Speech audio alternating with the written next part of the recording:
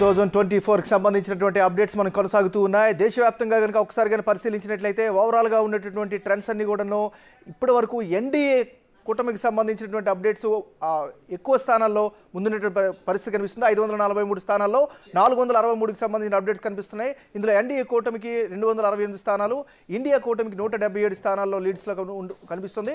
ఇక ఇతరులు 18 స్థానాల్లో లీడ్లో ఉండే పరిస్థితి కనిపిస్తోంది. ఇక ఆంధ్రప్రదేశ్కి సంబంధించినటువంటి 175 నియోజకవర్గాలకు సంబంధించినటువంటి కౌంటింగ్కి సంబంధించిన అప్డేట్ కూడా వస్తుంది. ఇప్పటివరకు అందినటువంటి తాజా సమాచారం బట్టి చూస్తే కూటమి 13 స్థానాల్లో ముందంజలో ఉన్నట్టుగా తెలుస్తుంది.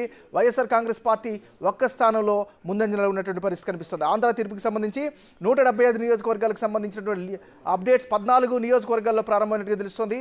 ఇందులో 13 స్థానాల్లో కూటమి ముందంజలో ఉంది, 1 స్థానంలో వైఎస్ఆర్ కాంగ్రెస్ పార్టీ ముందంజలో ఉండే పరిస్థితి కనిపిస్తోంది.